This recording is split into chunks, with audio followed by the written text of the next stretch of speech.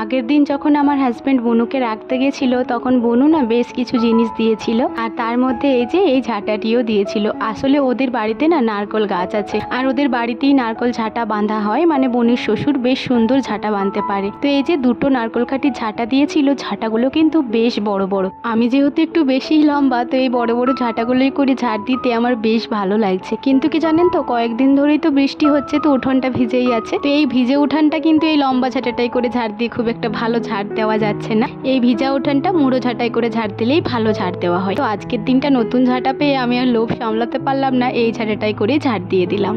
Hello everyone, good morning. কেমন আছেন সবাই? আশা করছি সবাই খুব ভালো আছেন, সুস্থ আছেন, আর আমরাও বেশ ভালো আছি। আমার আজকের আরও একটি নতুন ভ্লগে আপনাদের সবাইকেই স্বাগত জানাই।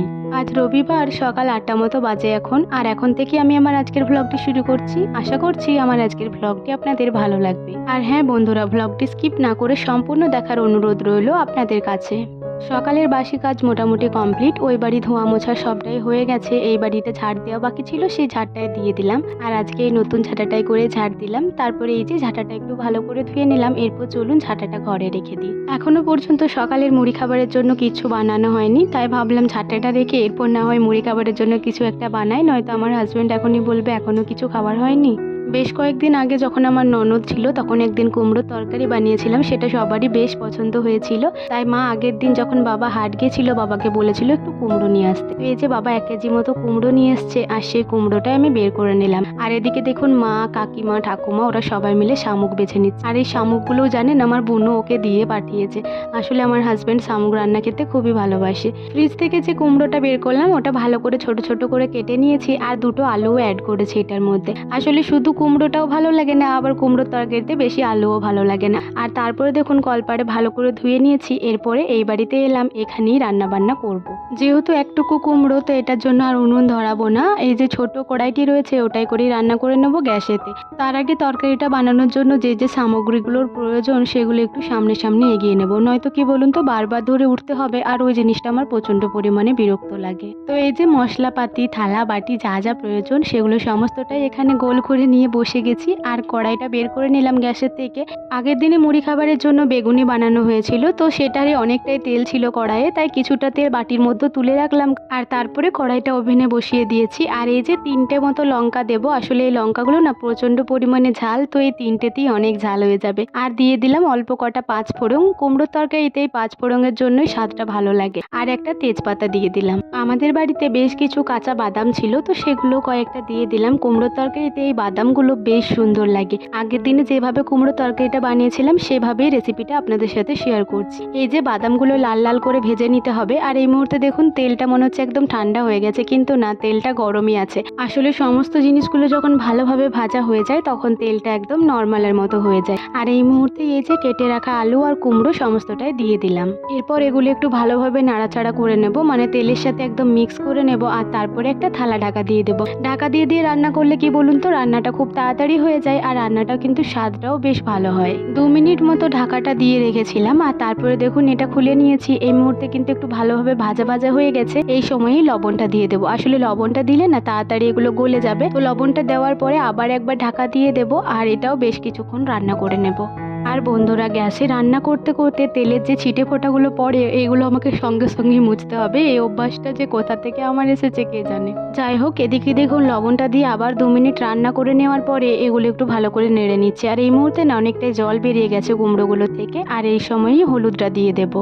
হলুদটা দেওয়ার পরে আবারও একবার ভালো করে মিক্স করে নেব। আর তারপরে জল অ্যাড করব। তো তার আগে একটু ভালো করে ভাজা ভাজা হয়ে যাক। আর এই যে 1 গ্লাস মতো জল দিয়েছি, মানে 1 গ্লাসের থেকে একটু কম। জলটা দেওয়ার পরে একটু ভালো করে নাড়াচাড়া করে এরপর ঢাকা দিয়ে দেব। তো এটা এবার ভালো করে ফুটতে থাকুক। আর তারপরে একটু পরে আবার দেখছি কেমন হয়েছে।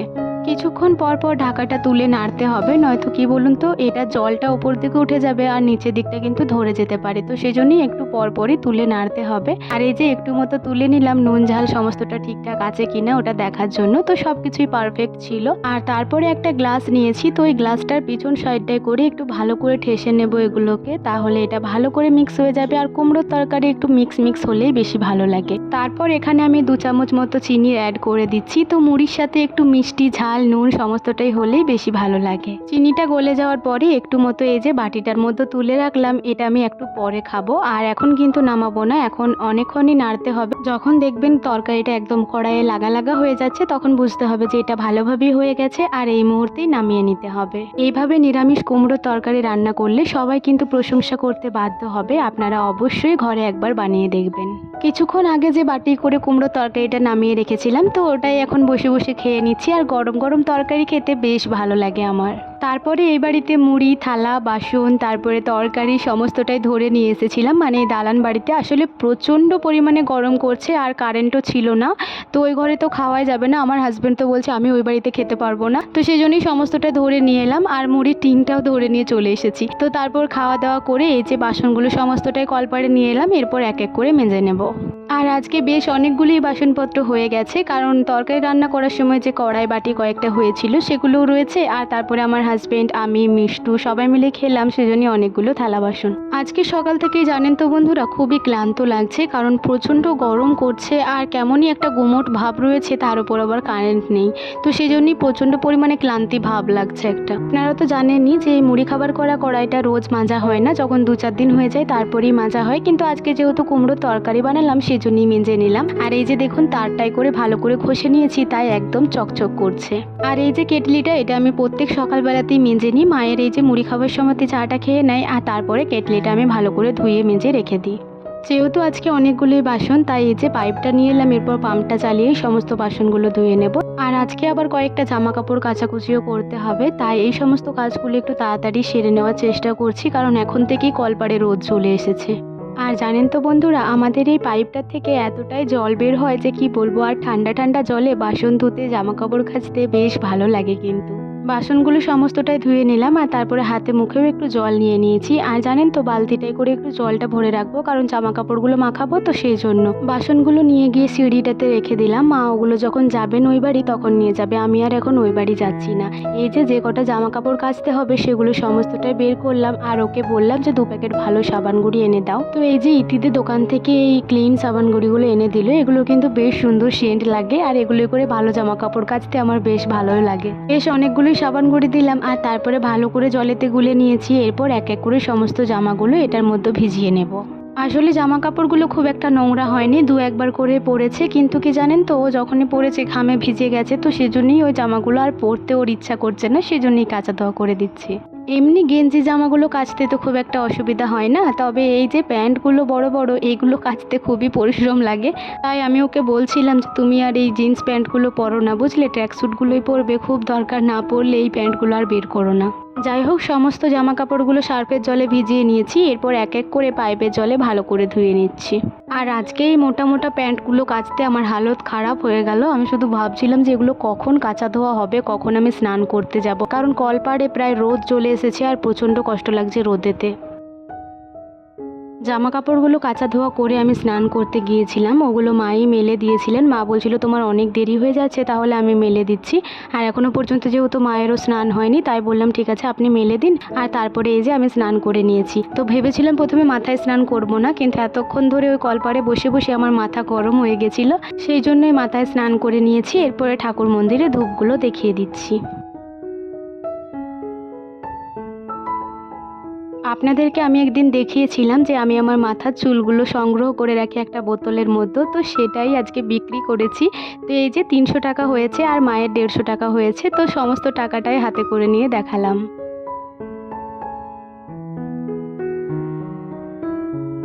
এই মুহূর্তে অনেকটাই সময় পার করে ফেলেছি, এখন সন্ধ্যা 7:30টার মতো বাজে।